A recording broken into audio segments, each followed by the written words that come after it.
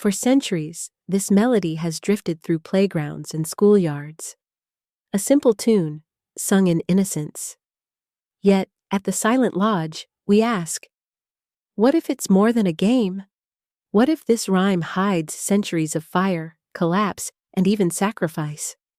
What if behind the voices of children lies a record of blood, destruction, and forgotten rituals? Welcome to the Silent Lodge, where history whispers its darkest secrets. If chilling truths and forgotten legends fascinate you, subscribe now and step inside. Tonight, we'll uncover the hidden story behind one of the world's most familiar songs. Children know the rhyme as part of a game. Two players form an arch with their arms, while the others pass beneath, singing the lines. At the end, the arch drops, catching one child. Laughter fills the circle. The game resets, and it begins again. But beneath the joy lies something unsettling. Many nursery rhymes were never meant for children. They were not created in classrooms or playgrounds, but in marketplaces, taverns, and war-torn cities. They carried warnings, coded memories of plague, of famine, of war. Some scholars say that Ring Around the Rosie recalls the Black Death. Others believe Rockabye Baby hints at politics and betrayal. And London Bridge is Falling Down may be one of the darkest of them all. To understand, we turn to the Thames. London's lifeline demanded a bridge.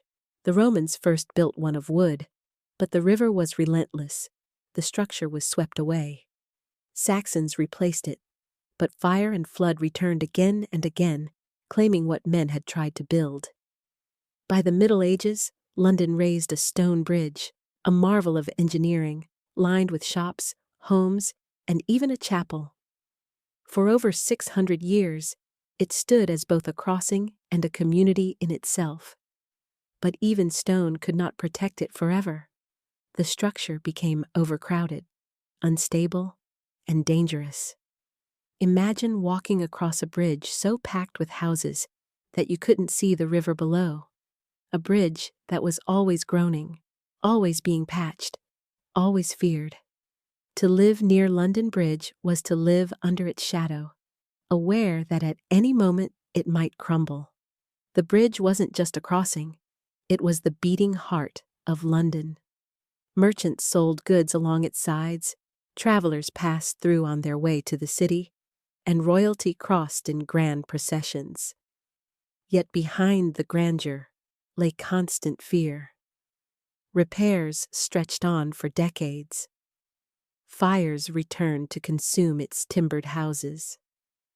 Floods weakened its foundations. The bridge stood, but at a cost, one that Londoners carried in their memory.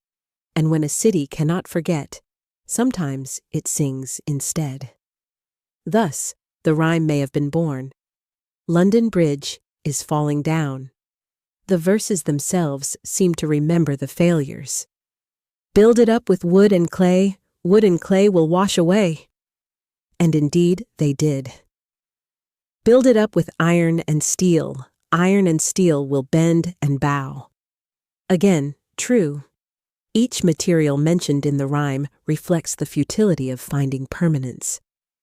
It was as if London itself was mocking its own endless struggle to keep the bridge standing. A city that could not preserve its most vital structure turned its frustration into song, and children carried that song forward. Even when stone was used, disaster returned. In 1212, flames ripped through the wooden houses that lined the bridge, killing thousands. In 1633, another fire destroyed a section of it, leaving gaps that exposed its vulnerability. And when the Great Fire of London raged in 1666, the bridge only survived because that earlier fire had already cleared the buildings that might have fueled the flames. London Bridge stood as both a marvel and a curse, essential to the city, yet constantly under attack by the elements and by time. Perhaps this explains why the rhyme endured. For ordinary Londoners, it was easier to sing than to explain the endless collapses. easier to make children chant the warning than to write it in books. The bridge was always at risk, and so the words, "London Bridge is falling down," became a refrain carried forward by generations. But there is another story, a darker one. Some historians believe the rhyme remembers not just decay, but destruction. In the year 1014, the Norse sagas describe how Olaf II of Norway led his men up the Thames. With ropes and ships, they pulled the bridge from its supports. The structure collapsed into the river, taking soldiers and defenders with it. London fell, and Olaf became a legend. Was the rhyme a retelling of this defeat? London Bridge is falling down. Not as a metaphor, but as history sung in code? We cannot be sure. Some historians believe the sagas exaggerated Olaf's victory. Perhaps the bridge was damaged, but not destroyed. Perhaps the story grew taller with each retelling. Yet even a half-truth can live on in song. For the people of medieval England, it was safer to sing than to remember. Safer to chant a rhyme than to keep the humiliation alive. And so, what might have been a Viking assault became preserved in the voices of children long after ink had faded from parchment. But this is not the darkest theory. The rhyme may not be about repairs or invaders at all. Some believe it is about blood. In many cultures, people once believed that great buildings needed more than stone to stand. They needed life. Across Europe and beyond, folklore tells of immurement, the act of placing a living soul within the foundations of a bridge, a castle, or a wall. The sacrifice, often a child, was thought to protect the structure from collapse. The soul would guard the stones. The body would anchor them. Could London Bridge have required the same? Some folklorists think so. The rhyme seems to hint at it. Take the key and lock her up, my fair lady. Innocent words in a children's game, or an echo of imprisonment? The fair lady, locked beneath the bridge, never to escape.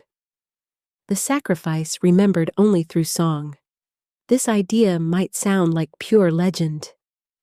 Yet in 2007, excavations near London Bridge revealed human remains. Skeletons buried deep in the earth. Were they victims of flood? Of battle? Or were they something else, offerings sealed in the soil to hold the bridge in place?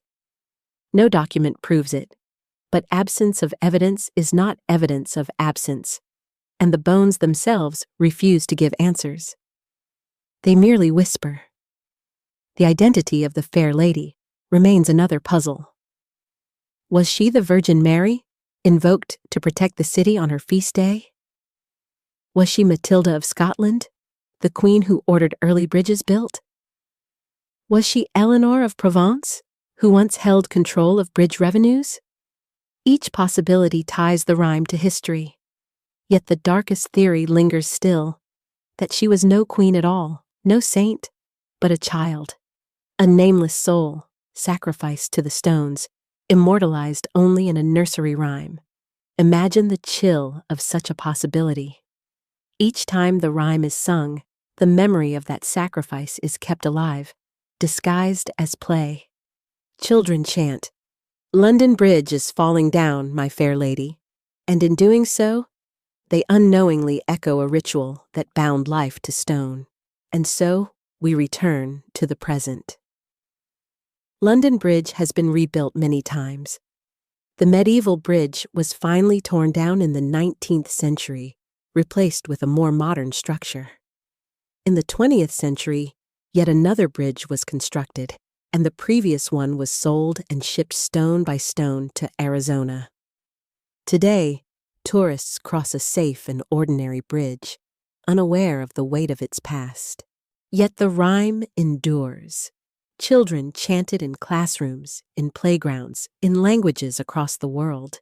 They laugh as they pass under the arch of their friends' hands, never knowing they are reenacting a memory of collapse, of fire, of conquest, or of sacrifice. What began as tragedy became folklore. What became folklore was disguised as a game, and so the past whispers through their voices, So what is the truth? Was the rhyme born of fire and flood? Of Viking conquest? Of sacrifice sealed in stone? Or was it simply the imagination of a weary city, finding poetry in disaster? Perhaps it is all of these at once, fragments of history bound together in melody. A chorus of memory hidden in play. You have been listening to The Silent Lodge, where we explore the shadows where history hides its darkest truths. If this tale of bridges, bones, and whispered songs stirred your curiosity, subscribe now and join our growing lodge of seekers. And tell me in the comments, do you believe London Bridge was held up by sacrifice? Or is the rhyme nothing more than legend? Until next time, remember, the past is never silent. You just have to listen.